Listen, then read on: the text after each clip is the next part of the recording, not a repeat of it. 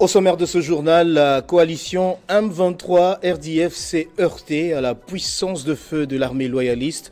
Selon le porte-parole des FARDC au Nord Kivu, plusieurs équipements militaires des ennemis ont été récupérés à Massissi. Ils ont été présentés au commandant des opérations militaires. La CENI invite les candidats présidents et leurs représentants des regroupements politiques à participer au cadre de concertation qu'elle entame dès ce lundi 13 novembre pour des élections transparentes et crédibles le 20 décembre, dit le deuxième vice-président de la CENI, Didi Manara. En sport, éliminatoire de la Coupe du Monde 2026, plus que 3 jours nous séparent du match RDC-Mauritanie. Comptant pour la première journée, le rassemblement des Léopards a déjà débuté à Kinshasa. Nouveau journal sur Télé 50, bienvenue à tous. Les forces armées de la République démocratique du Congo annoncent avoir récupéré plusieurs équipements de guerre appartenant à la coalition M23 RDF après les affrontements sur l'axe Karenga en territoire de Massissi. Ces effets ont été présentés au commandant des opérations militaires du Nord Kivu par le porte-parole des FARDC dans cette province. Il précise que ces équipements ont été abandonnés par les soldats rwandais lors de leur fuite. Les détails dans ce reportage de la presse militaire. La coalition M23 RDF s'est heurtée à la puissance de feu des forces armées de la République démocratique du Congo dans la nuit de vendredi à ce samedi 11 novembre 2023 sur l'axe Karenga en territoire de Massissi. L'armée rwandaise, qui œuvre sous couvert du M23, a abandonné, hormis ses hommes neutralisés, les effets militaires pendant sa fuite. Des armes d'appui ainsi que des tenues récupérées par les forces armées de la RDC ont été présentées au commandant des opérations militaires du Nord Kivu, le lieutenant-général Falsi Kabwe, par le porte-parole militaire de l'armée congolaise au Nord Kivu, le lieutenant-colonel Ndjike Kaiko Guillaume, qui explique. Nous avons tenu à présenter au lieutenant-général Falsi Kabwe le matériel récupéré sur l'ennemi. Et donc pour vous dire que les M23 RDF sont venus tenter leur aventure, mais ils ont fait face à la puissance des forces armées de la République démocratique du Congo. Une preuve de plus de la guerre par procuration que mène la République rwandaise à l'est de la RDC, même si son président continue de nier son implication. Les FARDC, dans leur mission régalienne, sous l'impulsion du lieutenant-général Falsi Kabwe, commandant des opérations militaires au Nord Kivu, sont plus que déterminés à défendre le territoire national dans son intégrité. Après son examen à l'hémicycle, les députés nationaux ont déclaré recevable la proposition de loi relative aux télécommunications et technologies de l'information et de la communication. D'après son auteur, l'initiative vise à apporter quelques modifications en vue de renforcer la régulation du secteur des télécommunications en RDC. La plénière a été consacrée à l'examen et l'adoption de la proposition de loi modifiant et complétant la loi numéro 20/017 du 25 novembre 2020 relative aux télécommunications et technologies de l'information et de la communication. Auteur de la loi, le député national Jean-Marc Lombakou a relevé que son initiative vise à apporter des correctifs à certaines dispositions de la loi précitée. Ce texte de loi avait été adopté le 23 novembre 2018 par les deux chambres du Parlement, puis envoyé au président de la République pour promulgation, ce qui n'avait pas été fait et au moment de la remise et reprise entre les cabinets Kabila et Tshisekedi le 24 janvier 2019 que sera constatée l'urgence de le renvoyer au Parlement pour un réexamen.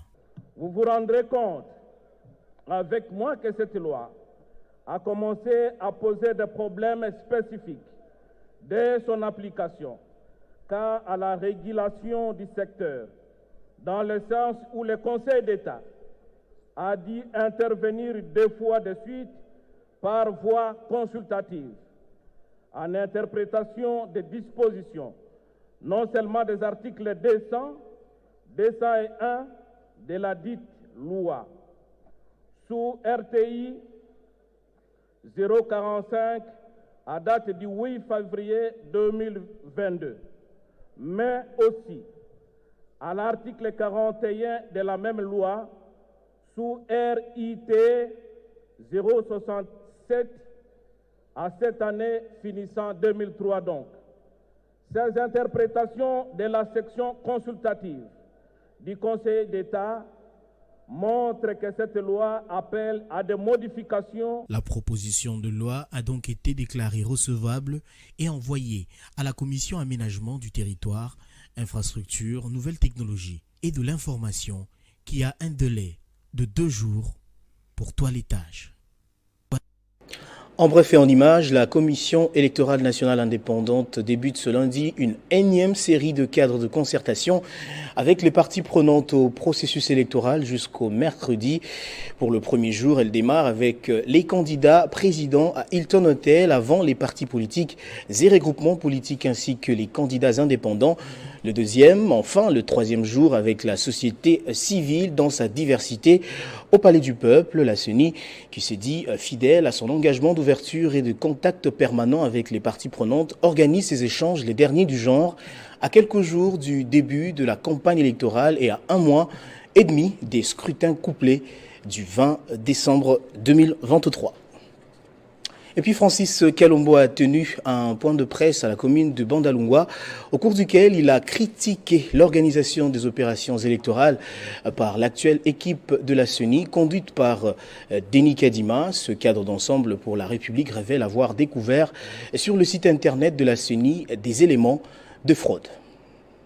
Puisque le train des élections est déjà en marche, les yeux de tous les Congolais sont rivés sur la Commission électorale nationale indépendante CENI qui a pour mandat de garantir des élections libres et démocratiques. Le parti politique Ensemble pour la République, cher Moïse Katumbi, affûte cependant ses armes de combat. C'est dans cette optique que ce point de presse est organisé sous l'initiative de Francis Kalombo, membre de la formation politique de Katumbi, en vue d'exposer selon son argumentaire la construction de l'échafaudage de la tricherie électorale faite par la CENI. Ici, qu'on ne vienne pas vous dire qu'on a inventé. On l'a vu en live et j'ai fait des recherches. Le temps qu'ils puissent qu'ils ne viennent pas nous dire non, ce n'est pas ça, c'est ça. C'est ça le bureau de vote, c'est ça qu'ils ont préparé comme bulletin et nous attendons que les bulletins là viennent. Parce que c'est au nombre de leur cartographie et le dispatching est déjà là. Qui nous disent où est-ce qu'ils vont mettre les bulletins déjà commandé en route de ces bureaux fictifs. Qui nous amène tous les 16 000 électeurs des cabanes. Vous les avez vus. Kadima a déjà commandé, payé avec votre argent. Notre argent. C'est l'argent de la République. Vous avez vu plus de 400 000. Et maintenant multiplié partout. On n'a même pas besoin. Ils doivent se contenir avec leur propre machine. Parce que nous, on n'a rien inventé. Face à la presse, Francis Kalombo a réitéré la position du parti Ensemble pour la République, celle de travailler d'arrache-pied afin de stopper la fraude. Ceux qui crient là, même au gouvernement, que nous avons peur des élections, qu'on ne prépare rien. Non, nous devons préparer pour ces élections. Et nous nous préparons pour contredire, pour stopper la tricherie. Au cours de cette rencontre médiatique organisée à Bandalungwa, ce dernier a brandi devant les journalistes et autres corps présents à l'activité tout ce qu'il considère comme preuve d'une tentative de tricherie en faveur du président Tshisekedi. Quant à ces élections qui pointent à l'horizon, au nom des Ensemble pour la République, Francis Kalombo tient à la publication des résultats par bureau des votes.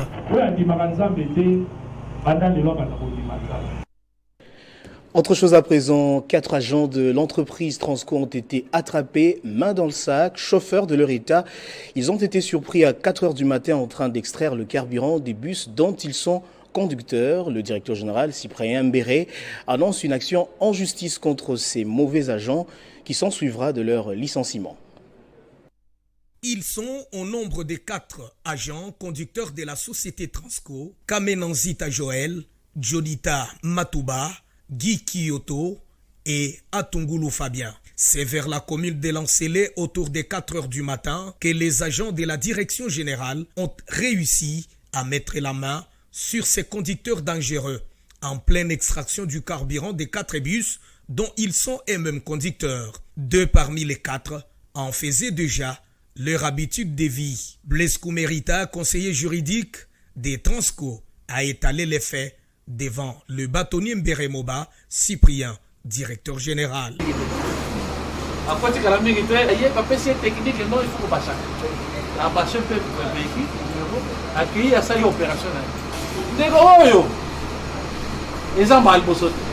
Il est vraiment spécialiste. Il est là,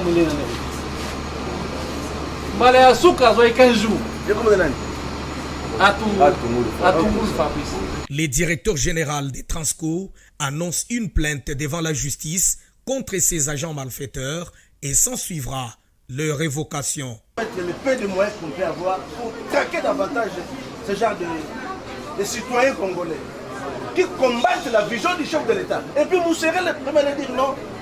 C'est le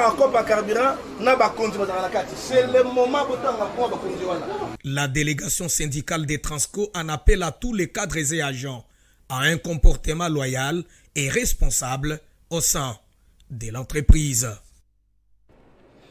Au Lualaba, la société minière Simok Kissanfou a reçu à son tour la délégation de l'autorité de régulation de la sous-traitance dans le secteur privé, conduite par son directeur général, Miguel Cachal, qui poursuit justement avec la mission de contrôle de grande envergure sur la conformité à la loi sur la sous-traitance en République démocratique du Congo. Ce qui était hier réservé à une certaine catégorie de personnes est dorénavant à la portée de chaque entrepreneur qui le désire, cela grâce aux efforts remarquables de celui qui porte la voix des sous-traitants en République démocratique du Congo. Tenez, le simple accès aux sites miniers, sans parler de l'enregistrement dans les systèmes des sociétés donneuses d'ordre, n'était pas l'apanage de tous. Aujourd'hui, le DG Miguel Katambe s'évertue à faire tomber tous ces obstacles en faveur de ses compatriotes. C'est le cas de le dire à l'entreprise minière Simok Kissanfou, qui accueille la délégation de contrôle conduite par le directeur général de l'autorité des régulations de la sous-traitance dans le secteur privé, l'honorable Miguel Katambe. Ce dernier a relayé le même message comme partout où il est passé, celui de respecter la loi sur la sous-traitance et de favoriser la collaboration avec les entrepreneurs afin de leur permettre d'avoir l'information sur les appels d'offres et l'accès au marché. L'objectif de ces contrôles, c'est de faire accéder notre population au marché de la sous-traitance afin de pouvoir capter la chaîne des valeurs dans notre pays. Noble combat du président de la République, chef de l'État, Félix Antoine Tshisekedi Tshilombo, qui veut aujourd'hui que la population congolaise ou les entrepreneurs congolais puissent accéder au marché de la sous-traitance. Et je peux vous dire que le combat du chef de l'État n'est pas de faire des Congolais des éternels sous-traitants. L'objectif ultime est que plus tard, que les Congolais aussi puissent accéder aux activités des sociétés principales au même titre que les autres sociétés. Le DG Miguel, comme cet échantillon des sous-traitants congolais qui l'accompagnent, porte à bras-le-corps la lutte du chef de l'État dans ce domaine afin d'obtenir l'indépendance économique du pays. Les finalistes ayant obtenu 60% et plus et qui désirent justement poursuivre leurs études supérieures à l'Institut supérieur des commerces de Lubumbashi ont été soumis aujourd'hui au test d'orientation. Pour ce premier texte, ils étaient au nombre de 1500 nouvelles recrues. Ce premier test d'orientation a concerné plus de 1500 diplômés ayant obtenu moins de 60% et qui veulent entamer leur cursus académique à l'USC Lubumbashi. C'est le secrétaire général administratif, Papin Kyungu, qui a eu, au nom du DG de l'ISC, lancé ces tests pour les nouvelles règles. Vous avez fait un très bon choix de choisir l'ISC parce que c'est parmi les meilleurs instituts de la RDC. Au nom du comité de gestion dirigé de maître par notre DG, le professeur ordinaire Armand Kabange, soyez les bienvenus à l'Institut supérieur de commerce de Lubumbashi. Merci. Vous ne serez pas déçus. Nous dispensons nos enseignements dans le nouveau système qu'on appelle LMD. C'est dans 3 ans pratiquement que vous avez votre licence, comparativement à nous qui avons fait 5 ans pour avoir la licence. Sur ce, je dis bonne chance à tous. Mathématiques, français, environnement et culture générale ont constitué le gros de ces questionnaires à choix multiples pour jauger les niveaux de chaque candidat pour une bonne orientation dans les différentes filières. À la sortie de l'examen, quelques futurs candidats de l'ISC ont apprécié la qualité, l'enseignement et les conditions d'apprentissage. C'est très bien passé. Il y a eu une surveillance correcte. Et ce qui m'a poussé à venir étudier ici, c'est tout simplement reconnaître la qualité de la formation. Et je sais que l'IEC fait partie des meilleurs instituts ici à Lubumbashi et j'ai confiance. Des témoignages qui touchent tellement ceux qui traînent encore à rejoindre cette institution qui fait la fierté des légions en RDC. Les inscriptions se poursuivent, plusieurs filières organisées pour la formation des douaniers, entrepreneurs, secrétaires de direction, marketeurs, comptables, banquiers, informaticiens, gestionnaires de ressources humaines et logisticiens. Un mot de sport pour terminer, éliminatoire de la Coupe du Monde 2026. Plus que 3 jours nous séparent du match RDC-Mauritanie comptant pour la première journée. Le rassemblement des léopards a déjà débuté dans la capitale Kinshasa. Fiston Mayele Kalala a rejoint la tanière depuis hier. D'autres joueurs convoqués vont arriver à Kinshasa ce soir pour livrer ce premier match des éliminatoires du mondial mercredi au Stade des Martyrs avant d'aller défier le Soudan en Libye le 19 du même mois. On va prendre les rappels des titres à présent. La coalition M23 RDF s'est heurtée à la puissance de feu de l'armée loyaliste. Selon le porte-parole des FARDC au Nord Kivu, plusieurs équipements militaires des ennemis ont été récupérés à Massissi. Ils ont été justement présentés au commandant des opérations militaires. La CENI invite les candidats présidents et les représentants des regroupements politiques à participer au cadre de concertation qu'elle entame dès ce lundi 13 novembre pour des élections transparentes et crédibles le 20 décembre, dit le deuxième vice-président de la CENI, Didi Manara. Éliminatoire de la Coupe du Monde 2026, plus que 3 jours nous séparent du match RDC-Mauritanie comptant pour la première journée. Le rassemblement des léopards a déjà débuté à Kinshasa. Voilà qui boucle totalement ce journal, mesdames et messieurs. Je vous remercie de l'avoir suivi de partout dans le monde grâce à Télé 50.